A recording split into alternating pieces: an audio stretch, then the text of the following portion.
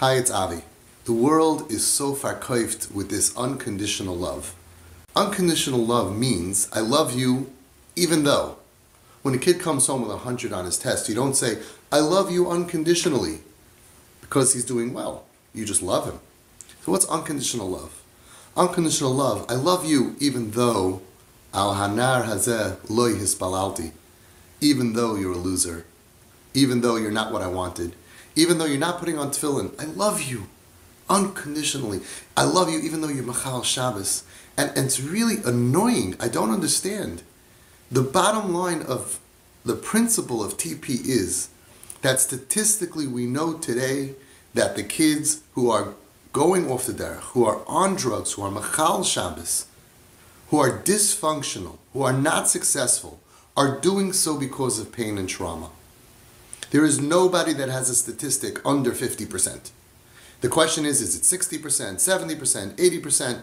But the largest statistic says that any kid going off potentially, usually, statistically is suffering. That's been my experience, hands-on, not my opinion, my experience. Dealing for 15 years, hands-on, with actual kids. Not sitting on the side and looking out the window. I think that's the taiva. I think it's the internet. It's not what I think. It's my experience. These kids are not bad. They're sick. Whether you understand the sickness or you don't. Reb Aaron, the Satmar Rebbe Shlita, in his Kol Nidrei Drasha last year, said that we have to look at all the kids going off the derech as choylei nefesh. And I've heard this from everybody. There's really very few people that say they're bad. So now let's understand and go back to the mamish, to the beginning of the story. Are you dealing with a bad kid or a sick kid? If you're dealing with a bad kid, I've never met that bad kid. The kid with the Yetzer Hara that Hashem gave that's so big, such a Baal Taiva, I have no idea. But if you're dealing with a sick kid, if there's dysfunction, if there's drugs, which we know is a high sign, red flag of trauma, abuse. If you're dealing and you come to the situation that al pi roiv, this person is probably acting this way because of a reason, and that reason is pain, trauma, abuse, whatever it is. So where does unconditional love come in? Let's switch over to physical illness because we understand physical illness very well. Imagine, Rahman al-Itzlan, parents have a child who's in the hospital and is very sick. And the father goes over to the child and says, Yankee, I love you unconditionally.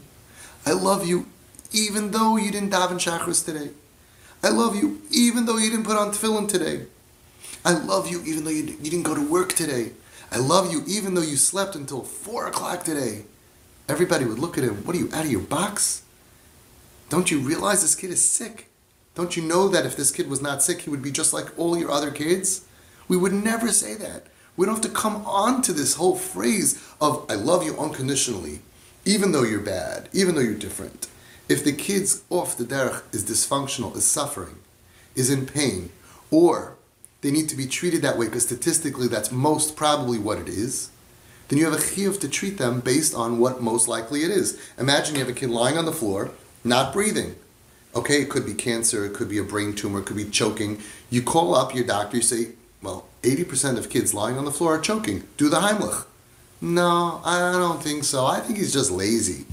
I think he's just manipulating us.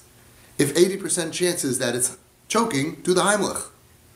There's a huge percent chance that if your kid is dysfunctional and not, we're not talking about chinuch, we're talking about way away from chinuch, dropped out of school, not from cutting, suicidal thoughts, or drugs, or any of the above, and you need a psak, go get a psak from an expert, from a rav, from a dayan. But if the psak is that it's chayla, sick, so where does unconditional love come here? You don't need to come onto it. I love you, my Torah child, because I know who you are, and I know that you're good, and that's why you deserve my love.